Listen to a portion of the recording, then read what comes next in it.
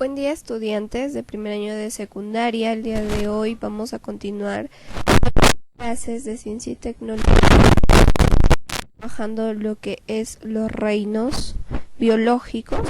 Ya vimos el primero, que fue el reino monera.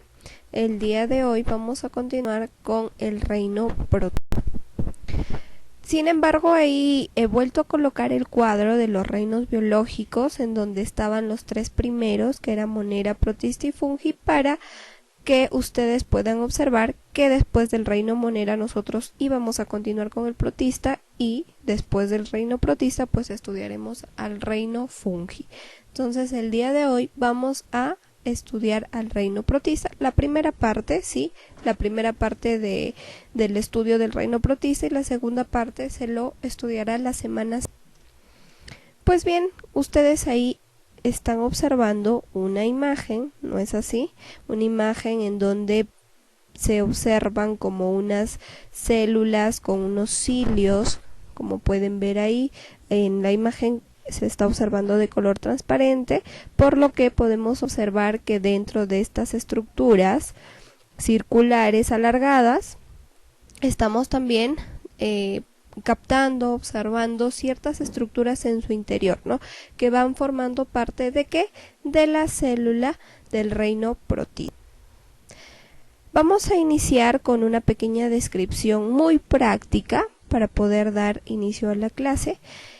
Ahí tienen ustedes, ¿no?, una señora con una niña, una pequeñita que debe ser su hija, y la señora menciona un relato, un pensamiento que ella tiene en el recuadro rosado. Y ahí, ¿qué nos dice en el recuadro rosado la señora?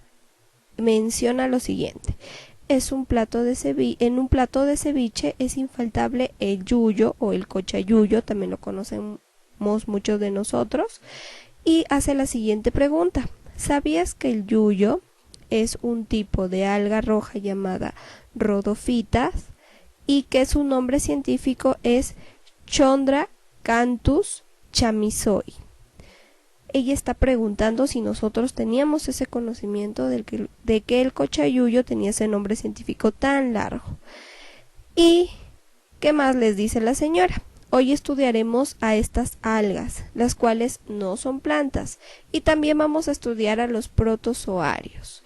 Ambos, tanto algas como protozoarios, forman parte del reino protista. Yo sé que ustedes han escuchado también este término algas en el reino monera, pero recordemos que en el reino monera estábamos hablando del tipo de algas verde-azules.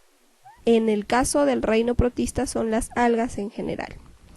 Muy bien, abajo también tienen una pequeña descripción en donde se les menciona que el protista también se le denomina protoctista y agrupa aquellos microorganismos eucariontes que no pueden clasificarse dentro de ninguno de los otros reinos.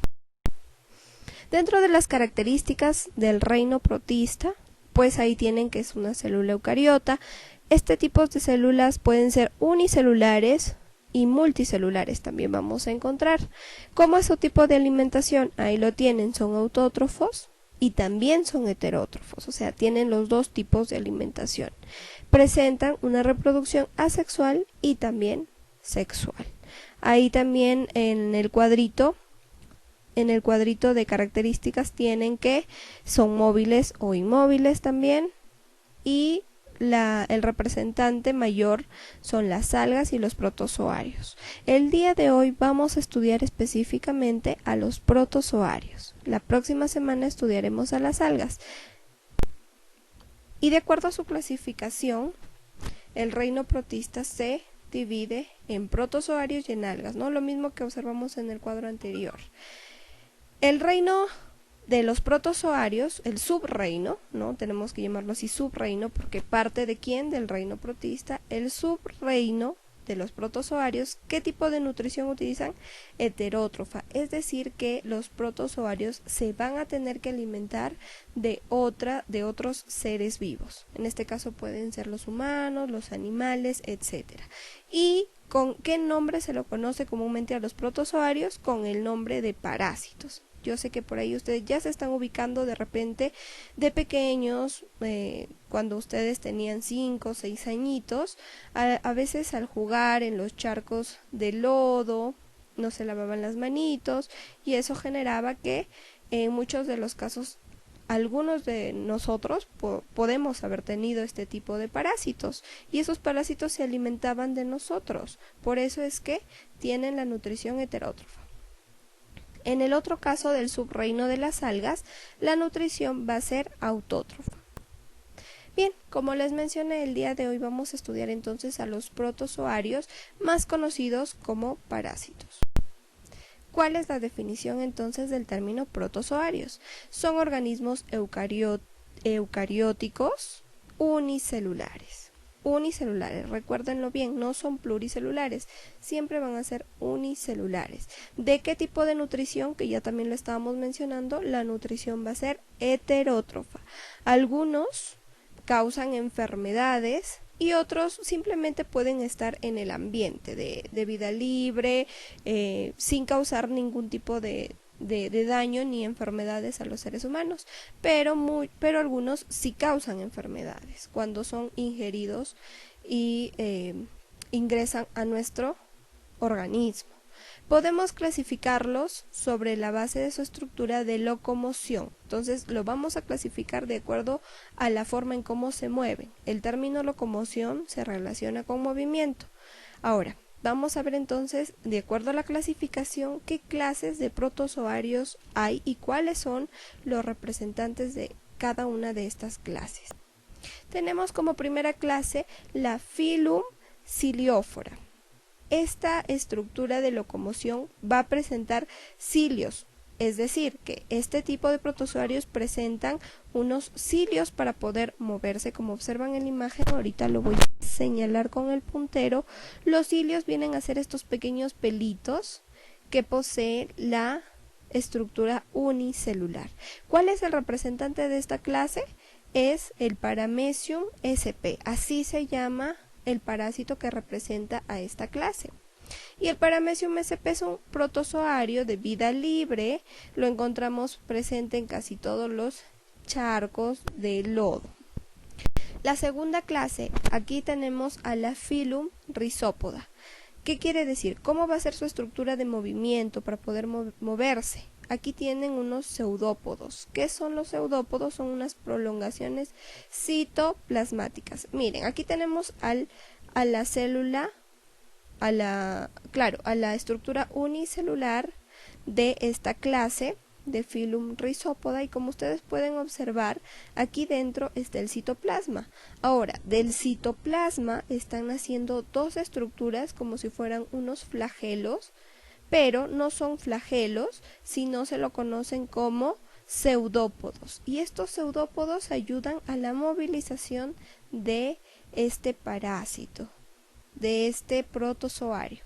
¿Cuál es el representante de la clase Phylum Rhizopoda? La ameba, que es un protozoario de vida libre que puede estar también en los charcos.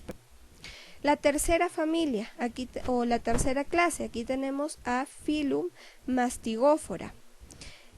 ¿Cuál va a ser la estructura de locomoción? Van a ser los flagelos. Ahora sí conocemos perfectamente al flagelo, recuérdenlo cuando hemos estudiado las células eucariotas, ¿no?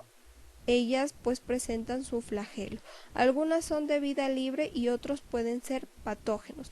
Cuando escuchamos el término de vida libre quiere decir que por lo general nunca ingresan al organismo. Es muy difícil que ingresen en el organismo y se mantienen pues en los charcos y ahí es su hábitat.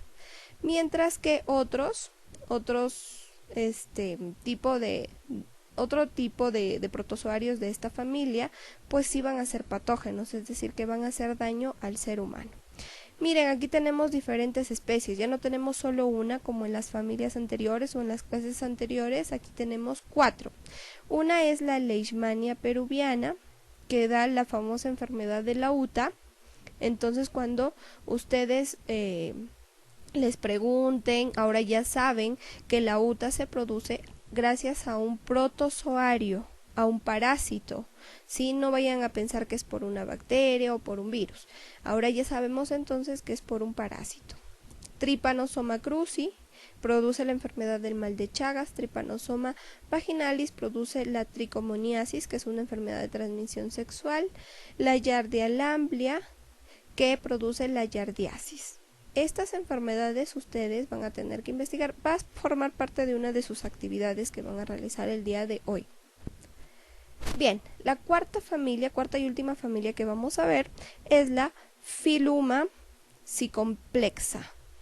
Y ya llegando al final, no les había mencionado antes por qué es que yo en el pH lo menciono como, o lo pronuncio como la letra F, porque siempre, por lo general, pH en inglés se va a pronunciar como la palabra F, y estos nombres están en inglés. Estas clases de protozoarios, los nombres principales están en inglés, por eso es que se pronuncia así. Philuma y complexa, entonces, es la cuarta clase que vamos a ver y la última el día de hoy, y que nos menciona aquí que es también llamada esporozoarios, y la gran mayoría van a ser patógenas. ¿Qué quiere decir patógenas? Que causan daño al ingresar al organismo de la persona, del ser humano.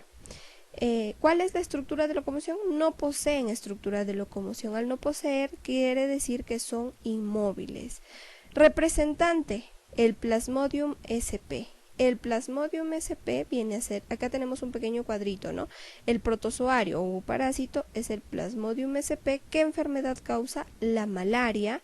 ¿Y qué vector de transmisión ayuda a que este protozoario llegue hasta el ser humano? El mosquito Anófeles. ¿Y por qué tiene que necesitar un vector de transmisión? Porque ya mencionamos que es un parásito que es inmóvil. Al ser inmóvil, entonces, el mosquito, por ejemplo, este mosquito que observamos aquí, que se llama Anófeles, solamente es el Anófeles, no es cualquier otro tipo de especie de insecto, tiene que ser el mosquito Anófeles el que, en donde una vez que pues a veces succiona el agua de charcos o el agua de aguas estancadas, lo succiona, ¿no? Y dentro de este mosquito Anófeles produce un ciclo de vida del Plasmodium sp. Una vez que se produce este ciclo de vida del Plasmodium sp, este mosquito Anófeles pica al ser humano, como pueden observar que en esta imagen pica al ser humano, y al final pues el ser humano llega a tener la enfermedad de la malaria, que también es una enfermedad que va a corresponder a una parte de sus actividades del día de hoy. Por eso no hablo tanto de la enfermedad en sí, porque lo vamos a conversar en la videoconferencia.